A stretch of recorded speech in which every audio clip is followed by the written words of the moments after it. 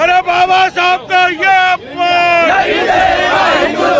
बाबा साहब का ये अपमान।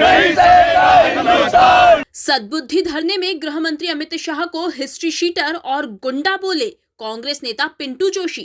कांग्रेस के सद्बुद्धि धरने में पिंटू जोशी ने गृह मंत्री अमित शाह पर तीखी टिप्पणी की।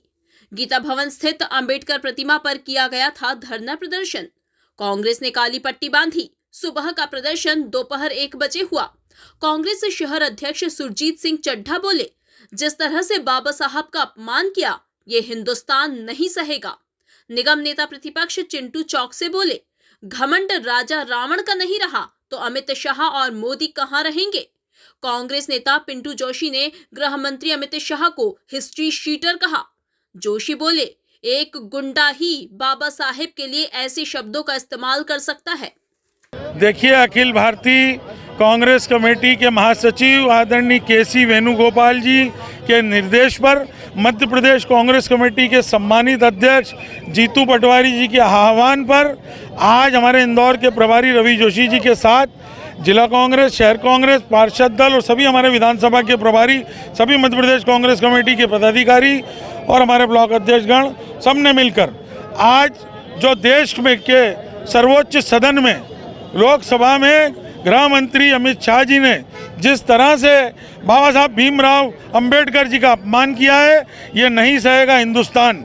निश्चित रूप से अमित शाह जी ने जो संसदीय भाषा का प्रयोग किया और उसके बाद मोदी जी ने जिस तरह से उनको सेव किया, उनको प्रमोट किया, ये देश के प्रधानमंत्री और गृह मंत्री को शोभा नहीं देता है। कांग्रेस पार्टी आज मौन धरने के माध्यम से बाबा साहब भीमराव अंबेडकर जी के चरणों में हम लोग उनको, अमित शाह जी और नरेंद्र मोदी जी को सद्बुद्धि मिले, उसके लिए हमने यहाँ मौन धरना रखा है। और कांग्रेस पार्टी अगर अमित शाह जी माफ़ी नहीं मांगेंगे तो पूरे देशव्यापी आंदोलन किया जाएगा। देखिए, जिस तरीके से बाबा साहब के सम्मान में देश के सम्मानित गृह मंत्री जी ने जो कृत्य किया है, जिस भाषा शैली का उपयोग किया है, वो निश्चित रूप से दर्शाती है कि भारतीय जनता पार्टी पूरी तरह से रावण जैसे घमंड में चकनाचूर है। बाबा साहब का जितना सम्मान करो उतना कम है। आज ये देश ही नहीं, पूरे विश्व के लिए बाबा साहब एक ऐसा नाम है जिनने एक पूरे देश को संविधान दिया, जीने का, रहने का मौलिक अधिकार दिया। हमारा देश के साथ सिस्टमेटिक ढंग से करेगा, ऐसी सारा सिस्टम जमाए उस आदमी के खिलाफ इस तरह के अनर्गल शब्दों का उपयोग करना साबित करता है कि भारतीय जनता पार्टी की स्थिति विकृत रूप ले चुकी है। ये कहीं ना कहीं घमंड में चकनाचूर है और निश्चित रूप से घमंड राजा रावण का नहीं बचा तो अमित शाह जी और नरेंद्र मोदी जी क्या करेंगे, इनका अंत तय है।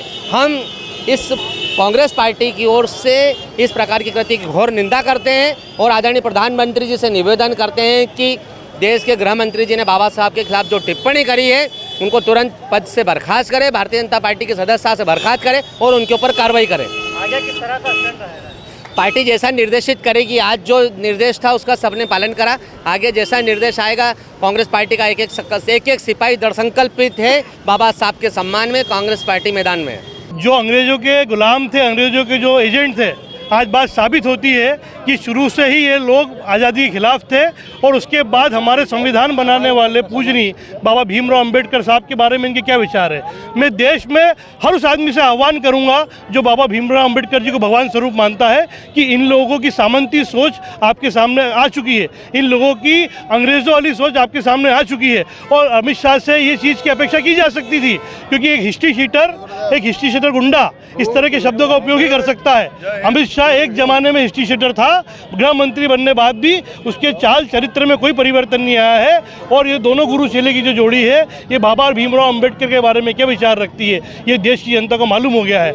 मैं लोगों से कहना चाहूँगा कि हम अपने अंदर का गुस्सा ठंडा नहीं होने दें और मौका आने पर इनको बताएं कि बाबा भीमराव अंबेडकर के जो अनुयायी हैं इनको कहाँ से कहाँ ले जा सकते हैं।